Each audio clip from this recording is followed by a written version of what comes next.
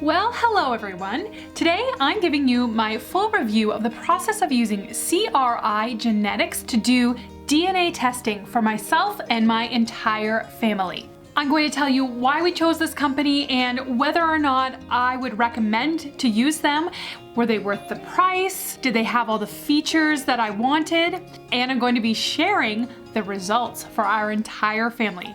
There were a lot of surprises and I can't wait to share them with you today.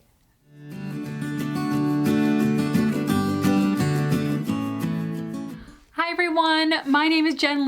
Welcome to the channel. Here we normally talk all about living on less, and today is a little bit of a departure from that because I'm talking about DNA testing. But trust me, cost is going to come into play while I am assessing this product. I'm a mom of 6 from Ontario, Canada. 4 of my children are adopted, and this is why DNA testing recently has become kind of really important for our family. We wanted some questions answered. But when I went into picking a company to do DNA testing through, I had 3 main concerns. One was the cost. With a family of 8, obviously it was going to be really expensive to get DNA testing done. And just a few years ago, it was like $200 or $250 to get a test done from some of the mainstream companies like Ancestry.com. And I knew our family could not afford this. So I was pleasantly surprised to see that a lot of companies have come down in price, like way down in price in recent years. But cost was a consideration since I knew so many members of our family would be getting this done. My second concern was privacy. So I'd heard a lot of horror stories about people doing DNA testing, and that unbeknownst to them, the company that they went with was selling their information to third parties, and some of the major companies do this actually. And also there was this idea that you were automatically matched and linked to people who were related to you through your DNA.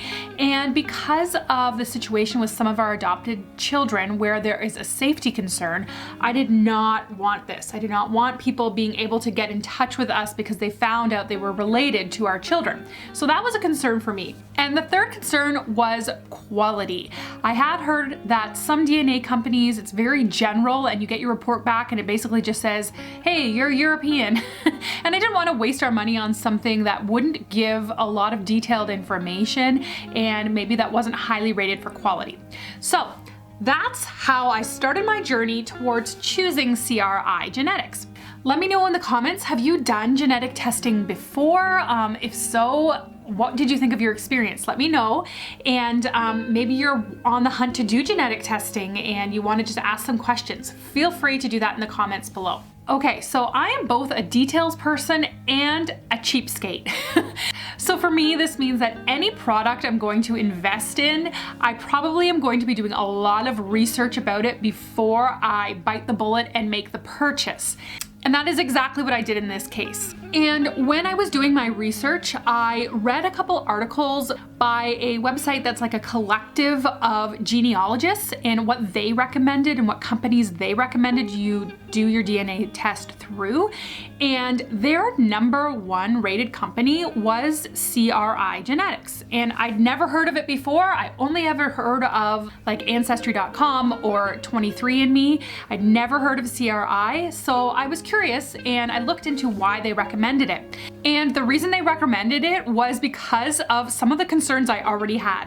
So CRI Genetics is a privately owned company and it does not farm your info out to third parties. And I didn't realize before I read this that Ancestry.com and 23andMe actually have stakeholders that are outside companies and they are buying your data without you knowing it. And that is super creepy and super weird.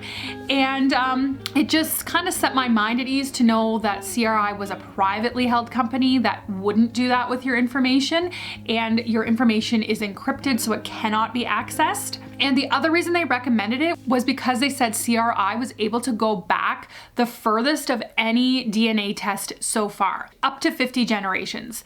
And the reason for that is because they were founded by a Nobel Prize winning geneticist who has, I don't know, I'm not a scientist, but has developed a lot of genome sequencing data and they're able to go back really, really far. And that kind of excited me because 4 of our children are Canadian Indigenous. And I was really curious to know where their Indigenous ancestors came from before they lived in Canada. Because we all know, our First Nations, they were maybe the first to Canada, but they came from somewhere else first. So I was really curious to know this, and it kind of intrigued me to think that this test might tell us. So that's why we went with CRI. The other thing I was looking at was price, and CRI at the time, it was before Christmas, we gave this to the kids as a Christmas present. It had a really good sale on, and I actually just checked and they have a really good sale on right now as well, like 50% off or something like that. So I was intrigued by that, and I knew that it was affordable for our family to do this. So when you pick CRI, you actually get to choose what you want. So there's like the basic package, which is what I chose. And then you can do add-ons, like you can do the health assessment add-on. You can do maternal and paternal haplogroup assessments. You can do famous ancestors haplogroup assessment. So for some of the people in our family, I did add on some of those things just for fun, because I think it was like $10 extra or something like that. But we didn't do all of the add-ons. And one thing I will say that I didn't love was that they really, like, to buy this product, they really are pushing all of those add-ons. And I think, to me, I'm like, okay, I just want to buy this product. Stop giving me pop-ups of all the add-ons. So that was kind of a negative for me. But there was a lot more positives as I get into the results. I'll just say that much. Now, before I get into how we took the test and what our results are, I did want to say that if you want to do a DNA test to find relatives, you actually do want to make those connections with other people, then this is probably not the company you want to use, because it doesn't do that at all. It is strictly tracing your genetic heritage and your ethnic heritage. It is not going to link you with relatives. Okay, so if that's the kind of experience you're looking for, then this test probably isn't for you. But if you were looking for a really detailed ethnic assessment and genetic traits assessment, this is the test for you. Okay, so Christmas morning, we open up our DNA tests and get started. The kids were kind of surprised, but they were really like, what is this that we don't understand, Mom and Dad?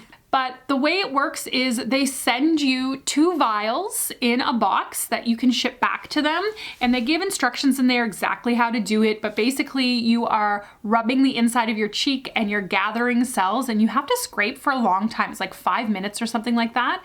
And you're not supposed to eat for at least an hour before you do this test, just in case, your genetic test comes back that you're a cucumber.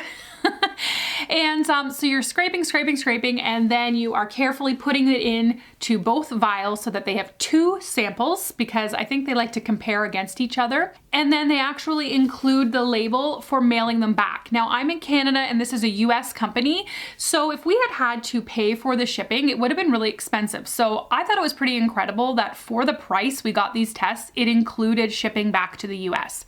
So you just put the label back on the box after you're done taking the test and mail them back. Now, CRI does have a guarantee that when they receive your sample back, you will have your results within 8 weeks. And this was our experience. Some of our results we got around the 5-week mark, and some of them we got around the 7-week mark. So they all were back within that 8-week window. Okay, our results. We were so excited. So the first person to get the results was actually my oldest daughter, who is adopted. She's 16. And it was so incredible to get her results. I wasn't quite sure what to expect. And the results we got were actually more detailed than I even expected. I mean, we chose this company for their detail-oriented nature, but the information we got was just like crazy detailed. So one of the first things that popped out to us, because she's adopted, she doesn't know a lot about her past, but one of the first things that popped out to us, first of all, was that in her recent past, she does have European heritage. So they do a recent analysis, which is your past 5 generations. So somebody in her past 5 generations had European heritage. So that was kind of interesting to find out. It kind of made her feel a little more connected, I think, to us and our family, that she even had European heritage. And it was quite unexpected. It was kind of a bit for her to process. But where I think the real amazing information is in this test is their advanced analysis. And they explain it on their website, but what they do with the advanced analysis is they are examining chromosomes and segments of your DNA that are a shorter segment, and that is more like ancient DNA that's really from a long, long time ago. Whereas your longer segments on your DNA chain are your recent ancestry. So the shorter segments, basically a map pops up and shows you where your ancestors were from over 1,000 years ago. And this is where it got really interesting, because just like I was hoping to find out, we were able to see where my daughter's ancestors came from, her indigenous ancestors came from, before they made it to Canada. And all these theories we learn in history class about, migration patterns, it was like the theories were proved in her saliva. So a good chunk of her admixed American, which is her indigenous heritage, was from Peru. And, they have a whole write-up about every country or area in the world you stem from. So it gave us a lot of information about Peru and about what an ancient culture that was. And you could see that obviously her ancestors came from that area originally and gradually worked their way north up to Canada. And then she had a good amount of ancestors that were from East Asia. And there's the land bridge theory. Did any of you ever learn the land bridge theory of, maybe at the Ice Age, people crossed over from China, Japan, and Asian countries and came over to North America and Canada? I'm sure you guys have all heard of this theory. So we could genuinely see that in her results. She also had a small amount of African descent as well as the European. So needless to say, her results were much more varied than we expected, and she was really excited to read it, and she was really especially excited about the South American aspect. But then it gets much more interesting, because another thing that CRI includes is called an advanced timeline. And basically that goes into even more detail, and it shows you the chromosomal markers of different ancestors that lived at different times and what their heritage was. So some of hers, you could go through and it would say Han Chinese, and this person lived around this year. Now, it doesn't mean that person lived in China. It means that person had Han Chinese genetic material.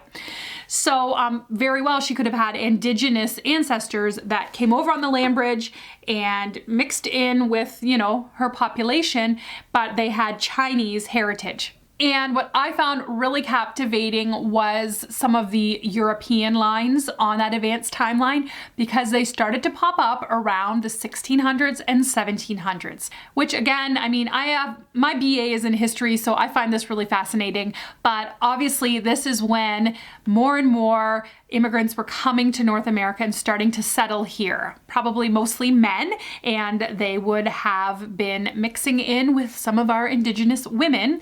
And she obviously had a couple relatives from Europe. Isn't that cool, you guys? Isn't that amazing that they can tell that from your DNA with like 90% certainty? I think that is really incredible. So we gradually started to get more and more results in for the rest of our family. My oldest daughter has 2 birth siblings that they only share a birth mother and not a birth father. So when we got their results in, it was really cool, because we were kind of able to separate out, okay, which came from your birth mother and which came from your birth father. So that was really cool. They had 0 African DNA, and they had more South American and less European DNA. So it definitely wasn't like they were the exact same. There were some true differences there. And probably the part of these tests that my kids liked the most was the ones that I paid the extra $10 or whatever for the famous people's haplogroup. So I don't exactly know, geneticists must have a database of different famous people's DNA, and they know like who's in which haplogroup. But 2 of my kids seem to be way more excited about the fact that Elvis was in their paternal haplogroup than they were about any of the rest of the results. They're like, we're related to Elvis. I can't believe it. This is so exciting. My husband had the famous people's report done, and on his maternal side, he was related to Princess Diana. I had it done, and on my maternal side, I was related to kings. There were several British kings on that list. If you're into celebrity and famous people, you might find this information really fascinating. Now, my husband and Andrew and I thought we knew all about our genetic heritage. You know, 100% European, that's what it's gonna say, that's what we are. I mean, my blue eyes, my propensity to sunburn, I was pretty sure everything was gonna come back Northern European. But there were two massive surprises, one for my husband and one for myself, that I would like to share with you from our DNA testing that really kind of blew our minds and changed our world a little bit. So the first one was my husband. He got his back before mine, about a week before I did. So, you know, I was on pins and needles waiting for my report. But we found out that my husband had about 5% admixed or Indigenous American heritage. So, turns out he shared some heritage with our adopted children and he didn't know it. Now, when we go into family folklore, I know that my husband's family had said that it had long been rumored that there was Indigenous somebody in their family background, but nobody could prove it and nobody really knew who it was. But you could definitely see it, especially in my husband's mom's side. A lot of them had the same features. And so then when we looked at his advanced analysis, it was also some of the same places as my oldest adopted daughter. South America, East Asia, going way, way back, you know, 49 generations back, coming from some of those places. This was kind of mind-blowing because his family is Mennonite and they really take pride in their genealogies and knowing who everybody is and from where, and kind of this, it's a Mennonite thing, I guess. But you know, they were pretty sure, you know, we're Swiss Mennonite, and the Swiss have that look about them sometimes. But to see his DNA and to see that actually, no, it's not all European. There are a lot of other things mixed in there, and it totally explained why he tans so easily and I do not. But it also had the result of making my children feel a greater connection to their adoptive father, to know that they share some heritage. And it actually brought me back to, I've shared a bit about our adoptive and fostering journey, but it brought back some heartache for me because one of our very first foster placements, that this little baby boy was being put up for adoption, and we thought we were going to be able to adopt him. He was placed in our home. And it came back that the ministry decided that they were going to find a different home for him. He was not a match for us because we did not have Indigenous heritage. And I remember the tears, I remember the devastation of having that baby who I loved and had bonded with removed from my home because I had the wrong color of skin. And now to know and see that actually my husband does have Indigenous heritage. And if I had known that then, maybe I would have been able to make an argument that this baby should stay with us. But I think that right now in our culture and our society, so many decisions are made on, you know, this culture that we identify with, and we separate ourselves into groups. And I really wish that there was a lot more openness and a lot more thought to the fact that we have more similarities than we think. And maybe we don't need to separate ourselves into groups so often. Anyway, now we're gonna get to my stuff. Save the best for last, right? My report, like, I thought I knew everything about my genealogy. I'd done the Ancestry.com that I had traced back like literally thousands of years. We'd found so many different connections on there. I thought I knew everything. I've really felt a connection to my Irish and Scottish heritage as an Irish, Scottish, Canadian. That was a very big part of me and what I was drawn to. Only to take this DNA test and find out that there were things on there I had no clue about. First of them being that my British Isles heritage was not the most significant part of my DNA. Actually, my German heritage was.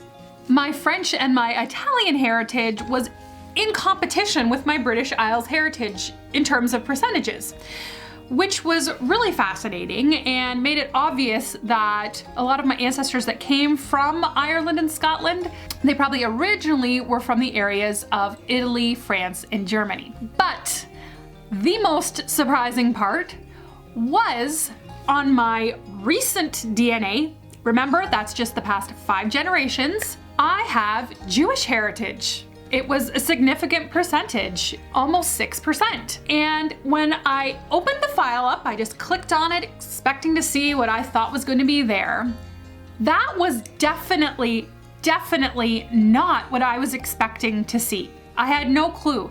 And if you extrapolate out, if I have almost 6% Jewish heritage, that means likely that one of my parents would have double that, maybe 12. A grandparent would have been 24. A great-grandparent would have been 50%. And a great-great-grandparent would have been like 100% Jewish. That might be oversimplifying things because maybe I have some Jewish heritage from both sides. But mathematically, if you extrapolate backwards, there's a good chance that's the way it is. And it's so funny because as much as I had done a lot of research for Ancestry, there was one line of our family that I didn't have a ton going way back. And that was the side of my family that came to Canada from Russia. So I called my grandma up like any good granddaughter would because she loves family history, and we had a little chat about it. And this relative was my great-great-grandpa. He came to Canada from Russia, and he actually changed his last name when he got here from, it was either Topol or Tipple to Tippy when he came to Canada. And his name was Jacob. So then I'm thinking, why did this never dawn on me before? Like, doesn't Jacob Tipple or Topol even sound Jewish to you? It's funny how you just don't make those connections. And when he came here in the 1800s, it was right around the time of the pogroms against the Jewish people in Russia. Well before the World Wars, I mean, there was a lot of persecution going on against the Jews, and they were fleeing Russia. So the fact that he came here, he changed his name. If he was Jewish, he obviously did not tell any of his descendants that he was. But it's pretty incredible to me. And perhaps it's somebody different in the family who was Jewish, but this is our working theory of who it was. But there are things like this that just kind of change your perspective. And then the other thing I found when I did the advanced ancestry was that I also had some heritage from some of these places in the world: South America, East Asia, and Africa, African Caribbean, and the Ivory Coast. So obviously, I mean, I don't tan so well. And this came as a huge shock and surprise to me that I would have African ancestors. But again, like, I have a brother-in-law from Uganda, and it was really cool to read in my heritage that, hey, we're kind of like distant millionth cousins. So in a nutshell, would I recommend CRI Genetics? Yes, 100% yes, absolutely yes. I am so happy with the information we found. I have found that we have other family members who have done other genetic testing through different companies, and I found this information was more detailed. And so I am happy that I went with this company. I am happy knowing my information is secure with them. But especially if you're someone, maybe you're someone who is adopted or you have adopted children, or you just really are curious, you think you know your whole past, but hey, maybe you don't. I highly recommend this experience. This was a great Christmas gift idea. If you're looking to do something that's not materialistic, this was fabulous. If you have more questions, let me know. And I would really appreciate it if you got value out of this video for you to give it a thumbs up. That would help this channel and video out immensely and help others to be able to see it. Coming up here, would you like to know more about our family's adoption story? I've got some videos that you're welcome to watch right here to the side, and I can't wait to see you in the next video. For the least, this is Jen.